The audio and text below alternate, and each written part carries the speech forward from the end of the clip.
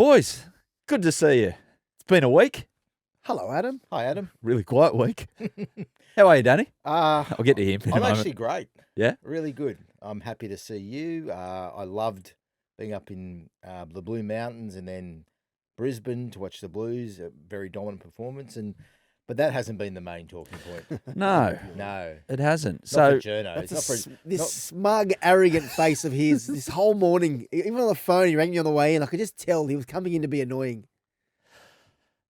you listen. You've been carrying on like a turkey for about a week now. It's time Yeah. to be brought back to. oi, I have not been carrying on. mind your words, son. Here we go. This is honestly, I was going to pull the pin on this show today. 'cause Oh, I no, knew you weren't. Well, two- Pete, mate, no. he's been booked. When can we do it? Can we do it? Oh earlier? yeah. Good on Let's you. get it happening. Yeah, I knew you were going to come in and be a prick today. In all seriousness, have you What? watched back 100% footy and looked through it and gone, that went the way that I wanted it to as a journalist? I watched it once and once only. I just can't watch it again. I don't like to watch it back. Hmm. Did I expect it to go that way? No. Did I prepare to go for that way? Maybe. Like I did, I had to. It's not like it's the first time that I have had a bit of an argument with Gus on here. I think it was maybe last year, the year before, around the Tino Fasua Malawi story when I think Buzz wrote that they were offering him shares in a pub to get him to the Bulldogs. And not that I even wrote the story, but I just sort of probed him on it. And I did prepare for potentially having some back and forth, but not the way it went down. But that's good. I was sweet with it. Play It on. was for those not involved, it was absorbing television, if Great you can TV. call it that. It's great TV. Danny, how have you seen not only that, but the fallout? Because it takes something extraordinary for News Corp journos to back a Herald journo to the hilt. And that's exactly what's happened What in is the it, last my- 4 is or that 5 my days. enemy's enemy is my friend? Is that how it works? Something like that. I don't know. He's Team Gus anyway, so you got to be careful what he says here. Of course, see? I've had a 30-odd year relationship I with know. Gus where I've had my blues with him. They haven't been on national television, fortunately, because I wouldn't have handled myself as well as you did. There you go. I think you handled yourself well. I'd probably, if I was in that position, I would have found it difficult given my relationship with Gus. Now, let's be frank, that hasn't damaged your relationship with Phil Gould because you've got a average relationship with him at best. It's a nice way. That's not what you Well, said. average. That's not what Okay, you described it in the car. well, you've got a bad relationship with him, and I don't think it's damaged it because it's just as bad as it was. I don't think it's got any worse. And I think that I watched it and I thought, great TV. I saw it the next day because I go to bed early you're sometimes. too late for you. You go to bed when Peter Overton says goodnight at the end of the 6 o'clock news. Sometimes. Yeah. No, not quite that bad, but yeah. And I thought, look, I watched it. I thought the only thing, and I've said this to you, the only words I wouldn't have used were, what was this? What was it, how you described it? I said misled. Yeah, misled. Yeah. Misled. I may have worded it slightly more softly, but that's not Chammy's style. Chammy's style is in your face. It is. Mate, you're far more. You're a bull at the gate. You go hard, and I think that I see both sides of it. I think you did the right thing as a journalist. I think Gus has done the right thing as a head of football, and I'm going to get bagged for backing Gus and saying that I think he's done the right thing by the Bulldogs. You're not going to get bagged by me. I agree with you. He's not only has he got Lachlan Galvin, he's also got Leo Thompson. He's also got the young kid from the Dragons, Finau. Three of the best guys you want on the market. I don't know what other clubs have signed. The Roosters might have signed Cherry-Evans, but I mean, when you look at what other clubs have built up for next year, they're 3 significant scalps. And the way he did it, not everybody likes it, but not everybody likes what Gus does anyway. And Michael, you stood up for yourself. You were on your feet and you handled yourself, as well as possible in a very, very, very difficult situation. What was the bookend of the segment like, i.e. the lead up? Did you obviously knew you were going to touch it, but not knowing where it was going to lead, and then all kinds of rumours that it continued on. You I don't know if you played a game of run it straight down at Suncorp after it. What happened? Well, didn't you get called by Journos saying that something that you had it got really heated afterwards? Yeah, that's not true. Well, we continued to debate the topic. What'd you say? Well, we finished. We went on, like, you got to remember, I wasn't on the first few segments, right? I was only on for that one scuttlebutt segment. And because we were doing it remotely in Suncorp, I didn't have, I think Gallon probed him at the start, and I couldn't really hear what was going on. James Bracey and Gal did. Yeah, they did. Yeah. I could sort of hear, but I didn't know what went down because you couldn't hear I didn't have an earpiece in. And then once it finished, we continued to debate, but I had to get off set. I didn't realise that Todd Carney and Lottie Takira were coming off, so we just kept discussing it. And there were no expletives or, so I think they were saying he had to question my integrity. That didn't happen. It wasn't even about him. He actually, to his defence, was talking about Galvin and his family, because I made the point there that that they weren't happy with that, the fact the story got out on Saturday. And he was making the point that you don't realise the impact of what your stories do to the kids and the family. And to be fair to Gus, he says that sort of stuff to me off air, like in phone calls a lot. Yeah. He'll say, you, and not just me, like you as in me, you, media, whoever in the media, he doesn't understand this, what our thirst is to be first. And, he says you've got to be right, and you put things out that aren't true and that impacts people. And I get that. But this whole charade was about putting things out that wasn't true. That's the point I was making. Yeah. So I just went back to him and said, "Mate, I'm not the one who asked to leave the club. I'm not the one who brought lawyers into this and said I was being bullied. I'm not the one who's putting things on social media." You're just trying to get to the bottom of what's going on. That's right. So if they're in this situation where they feel they are under duress, well, that's the decision they made from the moment they knocked back the Tigers. Do you believe what Gus was saying when he said it about that we're not interested when it was at the time? So if you look back... Or were they his words, not interested? Or No, I said that, and he said, I never said I was not interested. Well, his words were, we're not on our radar. Yeah. And even when I asked him, I said, the decision not to pursue Lockie Galvin, he said there was no decision that we never even discussed it, which that's not true. That part's not true. There would have been a discussion about what they do.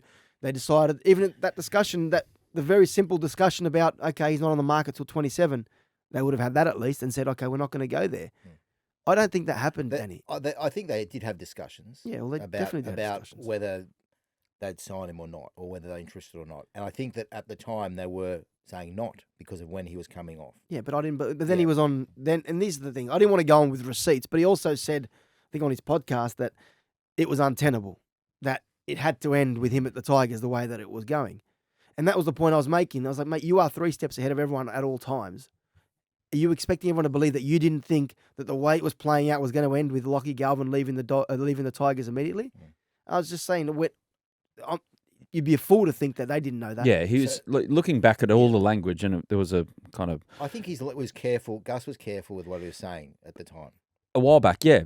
But the way he speaks... Okay, so if you... And I know this is a hypothetical, but it's relevant to the whole issue, it seems, with the rest of the clubs, which you guys have brought up a number of times about how the other clubs feel about Gus, rightly or wrongly, having a platform on Channel 9 to have the 2 rides on the 2 tickets to the ride. Yeah. It's the media and also the GM role. But if you put his words, but change the name of who's saying them to Wayne Bennett or Craig Bellamy, would there be an issue at the NRL with the way that he speaks about other players just through his role on the media? That, to me, feels like the big issue that the NRL has to solve, because the other clubs are getting the shits with it. So Gus isn't allowed to bag refs, right? He's not allowed to bag the NRL. But he does. I'm saying he's not allowed. Technically not allowed. Yeah. So now the clubs, and this will put me offside with clubs, so he's now not allowed to praise players. Can he not say that, off contract players? Anyone? No. Can he not? I got no. Well, there's 2 points. You brought that up. You made mention of that, didn't you? Yeah, because he said on no other CEO and whatnot has to do it. I actually have no issue with Gus being on there. I get why the other clubs would be frustrated. Yeah. The point that I was making is, go for gold, say what you like, but then when we come back and criticise you, that's the consequence of having those 2 roles. That's the consequence of wearing the 2 hats that he does. I think and he's happy with that. I think he understands. Once a year, it's going to create an awkward situation. Twice a year, it's going to create tension. Maybe he said something, but he doesn't care. He does not care. No, Gus's priority is to strengthen the Bulldogs, clearly, isn't it? And he's got an obvious role with 9. And I think that he chose his words carefully at the time. Yeah. And you can hammer him all you like, but I think Bulldogs fans would be sitting there going, well, we've got the best, arguably the best I young don't know if player. he chose his words carefully. I think he flat out denied. That's why I said he misled. Right. If he at the time said, But I had conversations with Gus at the time, and he was, there's a thing that he would be wary of, the Isaac Moses connection, right? of course, And bringing a player of Galvin's standing on profile, even though he's a young kid, yeah, he's suddenly got a big standing in the game, into your club is a risk. Not, it's a risk, massive. and I'm not saying it because players won't like him. It's just a risk because it involves the Isaac Moses situation. Yeah. And that's what they knew that. Because They the knew that. control, the push for power, it'll all start. It will happen. Well, no, you can't say that'll happen because that's unfair. Like, you can think it will happen, but we don't know it's going to happen. History will suggest it will happen. There's been form. There's been form. Form? Yeah, there's been form. I think it's more than form. Okay, well, I'm just saying that it's happened, right? But I think he's got championships in agitation. and this is the test for the Bulldogs, isn't it? It's a test for, but I don't see Gus being stood over. No. I don't see it happening. Can I just say, I actually don't think Gus has been at the forefront. Like, I'm not sitting there that Gus has been the mastermind and been meeting with Lockie at his house every second day and trying to orchestrate this deal. I think Gus has been sitting back and saying, well, if Cameron Ciraldo, you want him, or if Luke Feller, you got the relationship, then go and have those conversations. To the point that I made the other night, he wasn't at the dinner with him last Wednesday. He didn't go. He didn't do the deal. No. So I'm sure when it comes to the end, he has to sign off on things like that. You're the GM of football, so of course he knows what the deal's going to be. If the coach wants the player, there's a very big chance the coach is going to get the player. And Cameron Ciraldo is one of the smartest men in the game. He would know. He would hear all the noise. He would see what's in the media. Yeah. He would know what he's getting, and he would have examined that situation, weighed up the pros and cons, and said, "We want the player." Yeah. Are the Dogs over the moon that they've got him? Yes. I'm sure they are. Yes, I'm sure they They are. are. They They definitely. can't believe they've got him at this stage. Yep, all of that because they didn't. A year ago they didn't think it was going to happen. So The Dogs had him signed a few years ago too. Yeah. do you think the rugby league public would be up in arms if Gus was a bit more like when he was asked about it? If he didn't flat out deny it and just said, "Look, he's a good player. At the moment, we're going in a different direction, but you never know what the future holds." But then that becomes a story as well, doesn't it? So either way, it's a story. Yeah, he's But wedged. what about the circus that's unfolded? It's always going to be a circus. Of course. So if it's going to be a story either way, which it was at the time that Gus has denied it, and because of his form, no one believed it at the time anyway, because there's been instances in the past where Gus has said things and things have happened that have contradicted what he has said. Not saying that he's deliberately in the past done it. I guess with Trent Barrett, what else is he supposed to say? Maybe he didn't have to go as far as to say he'll be here long after I'm gone, and then 2 weeks later he leaves. But I get you got to back your coach. I get you got to distance yourself from Lockie Galvin because you got Toby Sexton who you need to get better and take your team to a premiership. Yep. So I get all that. That's not the issue. My issue at the time was if you're gonna do that as the GM and have a hat on 9, then you got to deal with the blowback, which is okay. You said this, so why? And just to make it clear, like there's not. You guys are pretty streetwise with all this. The moment that Lockie Galvin, that whole week happened where he said, "Oh, I'm out. I can't improve under Benji," all of that, you guys realised right there and then there's no way in the world he's going to play in the last round for the West Tigers in 2026. Within minutes of us breaking that story, I was speaking to Shane Richardson. Yeah. And he said to me, he's going to the Bulldogs. We sat here at the start of the year. But you couldn't report that? He asked you not to? Well, no one knew. It wasn't done. That's what his forecast was. That's where he'd end up. He didn't know. He didn't have a deal done. But he was just saying Richo's been in the game for a long time. And that's what his gut instinct was, that Gus had got him. Because later that week, Shane Richardson came out and said Lockie Galvin's going nowhere until the end of his current contract. No, that same day, they put out a statement, and that statement was the ultimate way out for Lockie Galvin. And is that just the art of the negotiation to say, well, okay, he's staying here, we're going to be concrete about it, but you can chip away at it, we'll give us something in return. In the end, that's what they end up getting. A bit of that, but like let's say Shane Richardson had the role that Phil Gould does, and he was on a panel show on Monday. You don't think we'd be questioning him on his statement and saying, you put out a statement saying you didn't let him go. Why did you say that? Yeah. Chammy, that's our job. We get lied to, or we get misled, or whatever term. We get told other things. Word, Danny. Well, I'm just saying, the big issue here is that it happens to us all the time. Yeah. Like, and it's our job, like, my job in Chammas to work out what's true, what isn't, and try and present it as we know it. Now, if we got someone on the record willing to say it's not going to happen, we report it's not going to happen. Mm. You get lied to all the time just to throw off to protect club, player, agent relationships. Family of player, What's the biggest lie you've had thrown your way? That in the end you turned around and you went, you know what, I get it. I realise why you lied to me because you had to protect someone. I went to Russell Crowe. I think it was on a red carpet at the time. And you went to a red carpet? Well, to get Russell Crowe. Yeah. Did you feel out of place? Well, what do you reckon? Of course I did. I don't know. Mate. And I can imagine you working for Entertainment Tonight.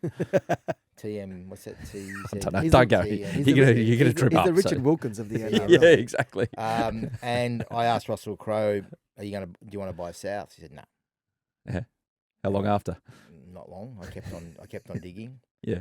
And then at his press conference, when he announced that he had bought South with Peter Holmes at court, he said that Danny Weidler put the idea in my. You should have got a percentage of the organisation. That's what he said. Oh, he's a good actor. He's a decent actor. So I think he knew at the time before.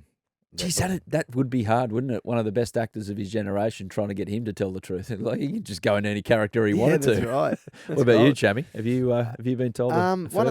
Just talk for a sec because I've got to get a message off my thing, which reminds me of it's on the rundown. But go. Okay. Tell us. Any sweet little lies, Chammy. No, I don't want to start any more wars. I've had enough drama the last few weeks. But there was an issue with Mario Tartak a few years ago when Moses Suli was sacked from the Bulldogs. I got a tip that he was sent home from training and that he'd been sacked. And I just met with Mario like a few days earlier to build a bit of a relationship. And I rang him and said, mate, I've heard that Moses Suli has been sent home and he's been sacked or he's about to be sacked. And he said, no, not true. No, it's not true. I said, okay, no problem. He said, I'll call you back. Anyway, so he calls me back in 10 minutes' time. He said, mate, I've just got off the phone to the CEO, Andrew Hill. It's not true, mate. He's at training. It's fine. I said, funny that. Well, I got quotes from Andrew Hill saying they're about to terminate his contract. So, good morning, Mario. Yeah. And I haven't spoken to Mario. Now, I don't want to start a war, but I saw Mario in the Blues dressing room, actually. Yeah, actually, he was there. Yeah. Did he speak to you? No. Did anyone speak to you? He saw straight through What it. about Hudson Chammy? Young's family, actually. Chammy was in the dressing room. Here we go. He said, well, can I take No, you behind this the scenes is is going to be... We will get to Origin a bit later on, but if you want to... This is an Origin. This is going to be embellished, okay? He's going to carry on like I was on some sort of victory lap, and I wasn't. So I need to make that clear before he starts talking rubbish that he normally does. Go. I don't think I need to say anything now. He's just put himself in. This turkey over here has just been...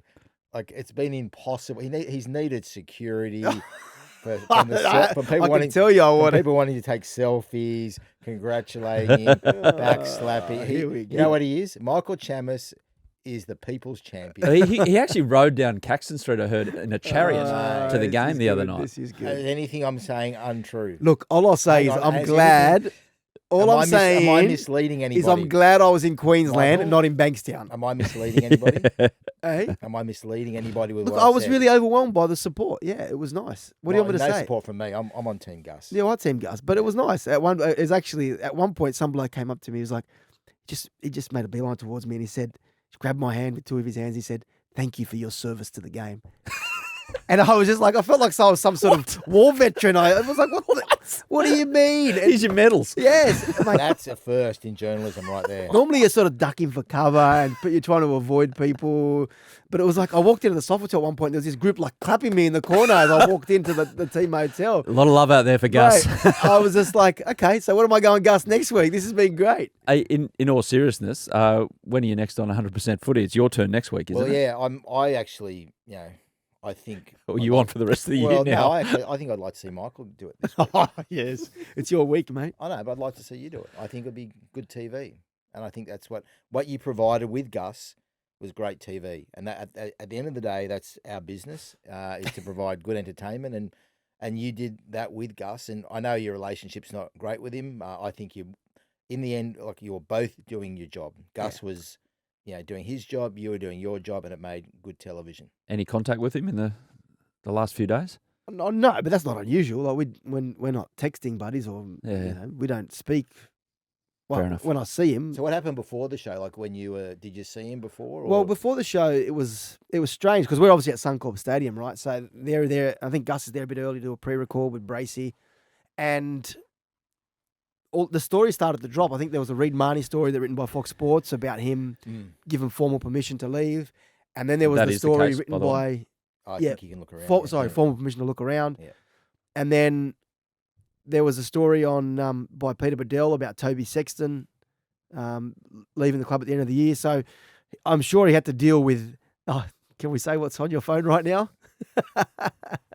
Answer it. Put it on speaker. Do not. We don't want that situation. That'll burn his very he came up on his structurally phone. sound bridge with said man. It came up on his phone, Phil Gould or 3 others. I want to know what the 3 other names you've got him on there. What, Bay? No, Gus Gould. Or, Top Dog. What else you got him in there? It's just there's been a lot of, anyway, it's a long time phone, that one. No, but he was sitting on his own because I think he was dealing with that, and I was with Cameron Smith and Paul Gallen and Bracey before the show. So I had no, apart from just a sort of head nod walking past each other, there was no conversation before. That's not unusual for you and Gus, is it? I don't think it's unusual for Gus is sort of on his phone, does his own thing before the show, and I'll go up and talk to him. Yeah, I'll see him. I'll go and say hello. I always say hello to him. He was often on YouTube or he's always he's looking at reels. He loves his reels. He watches golf and other such things to prepare for the show. So it was nothing unusual. So through the week, I got this text message from someone that I reckon you work with at the Illawarra Mercury in 2011. Chammy scored an interview with Wayne Bennett, but he was told not to ask him about Wayne potentially leaving the Dragons at the end of the year. His editor said that it was the question he had to ask, and he had to do so first up. Like any good budding reporter, he listened to the editor. Wayne copped the question in question 1 and then proceeded to walk out of the interview immediately. I don't know. Who is this Journo? Because I don't even know if that happened. Well, the next line says, Cham, wow, in tears. This story is complete fabrication. Can I get this bloke for my column this week? Who sent that to you? We need to bring Chammy. This is complete fabrication. I'll tell you why it's complete fabrication. Because I had that interview a one-on-one with Wayne Bennett. Yeah. And I used to live, it was in the Illawarra Mercury when I was working there. And I used to live in Sydney's West. I'd drive there every day on winter mornings. It'd be freezing. And I'd drive in my Ugg boots and get changed when I get to the office. So I was on this particular occasion, preparing to interview Wayne Bennett, my first ever time one-on-one. I get to Wynn Stadium and I went ready to put my shoes on and I forgot to bring my shoes. So I had to walk out and interview Wayne Bennett in my sorry. sorry. I just got carried away. I had to walk out and interview Wayne Bennett in this suit and Ugg boots.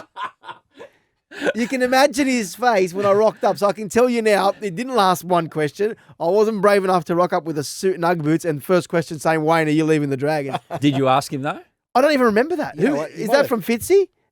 I don't even remember that. You might have thrown him because you go, where's this lunatic turning up in a suit? I know. He might have given you anything. It's from a listener, Nick McGrath, and I'm not sure if you know who Nick is or whatever, but yeah, that's so yeah. Oh man, that story. Imagine what this story then this week's going to be like in 10 years' time about how it's going to turn into something that it's not, urban myth. And I know. Just a quick one on the Dogs as well. Have you heard that the narrative for the last 2 days then has been, okay, Galvin's gone, the Gus and Chammy things died down.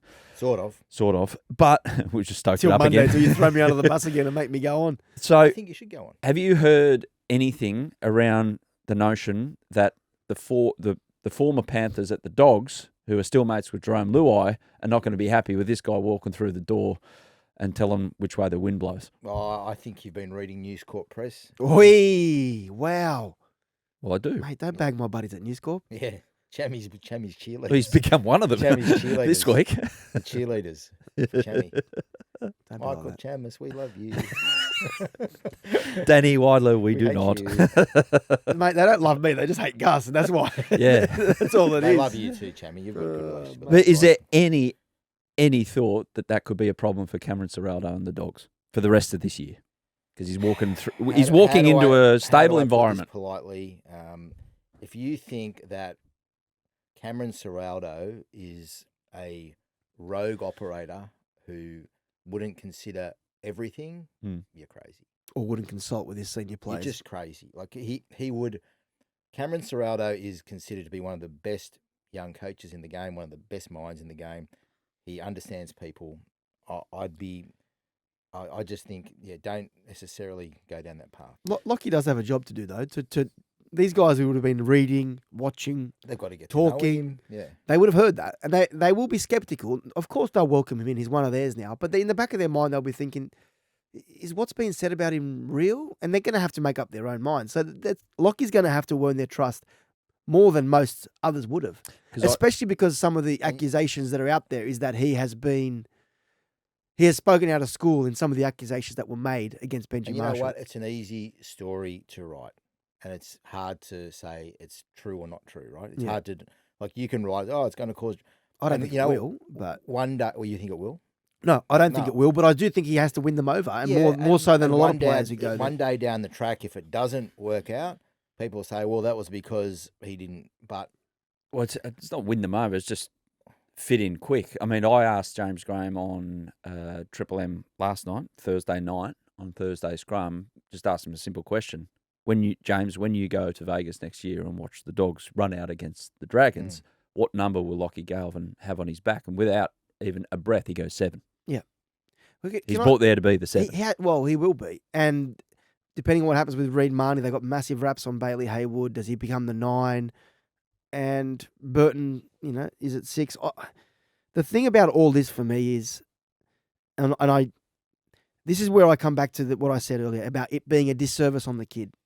Because at the start of the year, everyone looked at him and he was so lovable and his future was so bright and everyone was he was a kid that everyone just looked at and thought, how good is this kid? He's a breath of fresh air. Now, do you know what he is? He's a target. Jamie, his football, if his football's good enough, he'll come through. But he didn't have a target on his back, Danny. No, he does now. And that's the problem about what's happened. Sure, he got what he wanted. He's out of the Tigers. He's at the Bulldogs. He must have really disliked the Tigers. I know, but also... the reputational damage is not going away overnight. The Bulldogs fans will love him if he goes there and plays well. His first game's against Para. But he's under so much pressure. He's going to be on everything he does, especially joining the club this season when they're flying high at the top of the ladder. Yeah. There's only one way to go here. Yeah. And I think he's a fantastic kid, a great signing, but I'm just saying it's put a massive target on his back. Just a quick one, Chammy, and you always talk about the teams that are building towards a premiership, they have to strike before everyone reaches their cap value max, if you like, and then they have to start being squeezed out of the club. Yeah. Where does this put this kind of signing on this kind of money? Where does it put the Dogs in that realm? Does it bring them forward to say, okay, your cap's getting really full now, you have to strike now in the next 1 or 2 years? Because it looked like they were building to something maybe in 2 or 3 years' time that they were going to be the force. Has this brought that forward and the need to maybe win something this year, next year? Without being accused of exaggerating numbers again, I think that if 750 is what he's on, while it might be slightly overs now, it's probably going to be unders. I'm sure it's staggered in a way where it goes up. You're not going to pay him. It averages out around 750. So I don't think so. I think Gus is the master of managing, being able to buy now, sell later. Like no one moves players like Gus does. And if there's any salary cap pressure, he can deal with it. At the moment, there's no pressure. No, not at the moment. No, with the Dogs. No. They're all, a lot of them are on unders. They've been signed on unders, and this will be used against Gus as well down the track. I'm sure there'll be stories saying, well, Lockie Galvin's getting 700 and Joe Blow, who's a much better player, is only getting 400. It's going to happen to destabilise the Dogs. I can see it if it already hasn't happened. So you could right now. Yeah, but they haven't. It's not like that. No, if they'd given him $1 million, yeah. But he's on, mate. If it's 7, 8, 9, or 650, 750, 850, whatever it is. What's Max King on? He's on less. Yeah, but he's not going to be when he gets his new deal. They'll upgrade him. What's Preston on? He's probably on, but they're going to use that as... This is a half. It's going to be your half for the future. I can guarantee you News Corp will use it as some sort of destabilisation. They're going to try and... No. You watch. It's a factor. It's absolutely a factor. It'll be written about. Because Crichton and Burton are not on unders. They were bought to the club on more than... They're not on massive money. But they're on more than what they were at Penrith. Are they $1 million players? Well, I think Burto's just shy of that. Is Crichton? Crichton's on 850. Crichton is better than an 850 player. Yeah, but he's a centre, Danny. He would be one of the highest, if not the highest paid player in the game. He's one of the very best players in the game. Not disagreeing with you, but he's a centre. But these players were bought to the Dogs over their market value because they had to attract Billy Kickow. Same. I don't think Crichton was bought over market value, Mate. No, I at the think- time. At the time. Like it's certainly more than what he was being I offered at think there was Penrith because they had to. sevens, maybe 8 for Is that over his Kickout. market value? No, well, it was more than Penrith were willing to pay after winning premierships. So I honestly don't think for a young halfback on $750, when you consider, and even if it's $650 now, when you consider how much the halves are getting paid, they're not paying overs. They've got a good deal for him. Oh, Parramatta missed him. How bad? Quickly. I know we've got to get off this topic.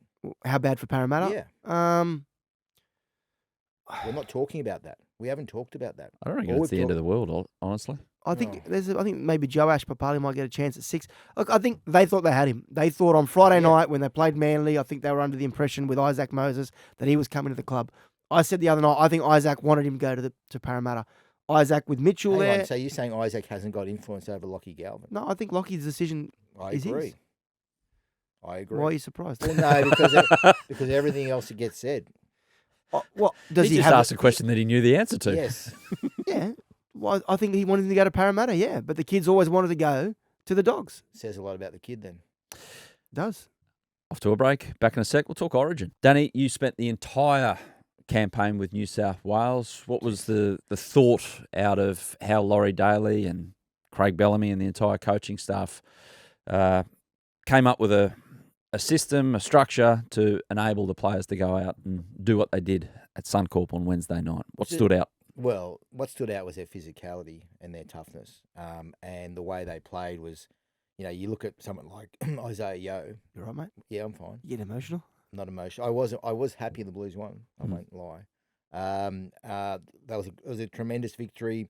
Not since 97, 98 have they gone back-to-back at Suncorp, Lang Park, whatever you want to call it. So it's a tremendous effort by Laurie. It's put a lot of pressure now on Queensland and Billy. The physicality was huge from, Payne Haas was unbelievable. Obviously, Mitch Barnett wasn't far behind him. The wingers were tremendous. Was there a real fear that Crichton and Haas were, like you, in Lura? Yes. That they were cooked, they were done? There was concerns about Haas, but they thought all along, they could see him ticking the boxes all the way. It was a process to get him there. Crichton scared them. 50-50 was a view, but he woke up on the morning saying that he's mad, he's ready to go. And the what saved him was the cork was in the lower part of his leg, not the upper part. And I spoke to medical staff about this, but it was still a risk because they said to me before the game, if he gets hit there, that's going to cause drama for him. He won't be able to go on. So they knew it was a risk getting him there, but Crichton wanted to play.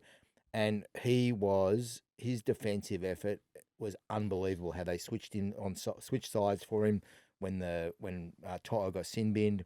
He was covering 2 players and did it well. No, he's a freak defensively. He's like, I couldn't believe Queensland sent and all the traffic in the second half that way. I mean, the story is... Now the story's all about Queensland. Yeah. Well, what was the thought? You were there, Chammy, at the game. You pick up these things in the hallways and talking to people and types. Yeah, I was very... Chammy only wrote about himself while he's up there. Shut up, you moron. That's all he wrote. He only wrote Honestly. I was looking for Chammy's contribution on Origin. And My contribution was Spider Camp. It was a column. Oh, did you write that? Yeah, just the broke. blog. It was bloody lucky. It was just on that. I watched it in the first half and I went, that thing's stuffed. If they put a bomb up, it's going to take down the camera. It's going to stop play. It wouldn't have even required a big bomb. Someone said to me they actually were thinking, do they have to call off, like postpone or bring a halt to the game to fix it, just so it doesn't become a problem. Yeah. I don't think it was ever going to fall. It was not going to drop on somebody, but it could have been hit. Well, it was in shot on the left of screen in the first half. Yeah, it kept on going through shot, and I'm going, that's a problem. $100,000 investment, that wouldn't have been ideal. But no, money back Chammy on just that. wrote about himself and Spider Camp. I'll stop being a moron. Honestly, I'm getting sick of it. Honestly. All you're trying to do is drive a wedge because you're Team Gus and you're like, you're his mate. Yeah, this guy's a grub. Don't trust him. I get it. That's why I don't have to tell Gus that. He knows that. Yeah, he knows. Move on. Origin. Everyone's heard enough. But how flat was Billy after the game? I was surprised that actually I thought he would. I know he would feel flat, but he was just, to me, it was like he looked so defeated. Well, oddly enough, about the refs. So you guys wouldn't have seen it at the ground, but watching the coverage, it was like 15 minutes in, they crossed to Billy in the coach's box, and he was like, you could see he was agitated about some of the decisions that went against Queensland, But then after the game, I don't know if someone talked to him or if he reviewed those incidents of ill discipline in the first half, but he then just put it all back on his players and said nothing about the refs. We've got to be better with our discipline. So Laurie alluded to it though. He was talking about in the press slow conference, ruck, talking about the ruck. They were really good at it, and line like, speed. you know what awesome. that means? That was a message to the referees. These guys are holding us down for too long. You're They letting were. us. Yeah. So That was a feeling. if they were holding him down too long, imagine if they weren't. Yeah, I because they know. were rolling through the middle of the Yeah, field. the forwards are great. So Did Billy feel like a guy that was like, I've got to take a good couple of days to come up with some answers looked here? It was fine. not clear to him why New South Wales were able to rumble. Yeah, I was down the field surprised. like Like they you've did. seen Billy in defeat before, and he's still upbeat and sort of positive, optimistic. He looked honestly so defeated. I was very surprised about his body language, his demeanour. It was a somber dressing room. It was a somber press conference. Yeah, but let's not fall. Maybe for it. that's Let's the narrative let's that they want to not- push. Let's not get the violins out and fall for it. I mean, like They're I've gone, seen mate. this so They're many cooked. times. They're cooked. Cherry? I've seen it so many times. Cherry-Evans? You got to back him. It'd be very un-Queensland like to just drop your captain and your halfback. If he was one New game. South Wales, would they drop him? Probably, Look- but Queenslanders wouldn't. No. Well, the reason I think you have to keep Cherry-Evans is, well, look, I'm not the X's and O's expert, but his long kicking game is still considered one of the best. And if they bring in Dearden, who's a terrific player, right? Mhm. He hasn't got the same kicking game. And who has the kicking game for Queensland if Cherry's not there? Is it Cameron Munster's got a really good short kicking game. He's okay with the They longer shared the kicks. kicking the other night, yeah. Yeah, but it's Cherry who's got, and Harry Grant can kick out a dummy half, but the Blues really nullified him the other night. I think that his kicking game keeps him there, and the fact that he's been their captain and Billy chose him as captain for the first game to roll out of it after one game is a massive call. Did you find it strange, guys, that he brought up that club situation? I think we touched on it last week. And was there any Cherry. more to that after the game about when he's going to make a call on this You probably club know. decision? I think he's maintained all along after Origin. I think that's After what Origin. he alluded to on 100% Footy when he came on.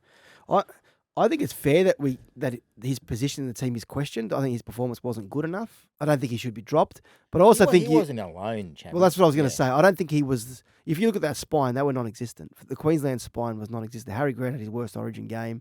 Kalen Ponga was hardly sighted, and Cameron Munster was hardly sighted. So, and that was because they were dominated through the middle of the field. So, yeah, does he deserve to come under fire? Yeah, of course. Like Cham- you're a 36-year-old playing in Origin, but dropping him, I think, in the middle of a series after what he's done for that state and what he means to that team, I think would be the wrong move. Can I throw something at Chammy? Like I haven't done this in my career, but there's been a lot of sort of weird reaction to player ratings.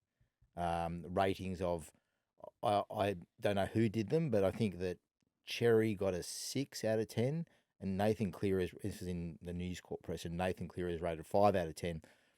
Which I thought Nathan was an 8 personally. Like I thought he was Who put that? I don't know. Who put I'm just that? saying, Seven? And why are they watching Origin with I a don't know- I blindfold don't know on? who did it, but I'm Yeah, just but saying. generally how it works How is hard is it? Can you explain it to the? Because I've never done that thing. Like, are you told which team you're doing? Can Yeah, you I was going to explain how it say, works? mostly it's too hard to have one person Right. doing all 34 players. Yeah. So generally you have a Queensland rating and a New South Wales person doing the rating.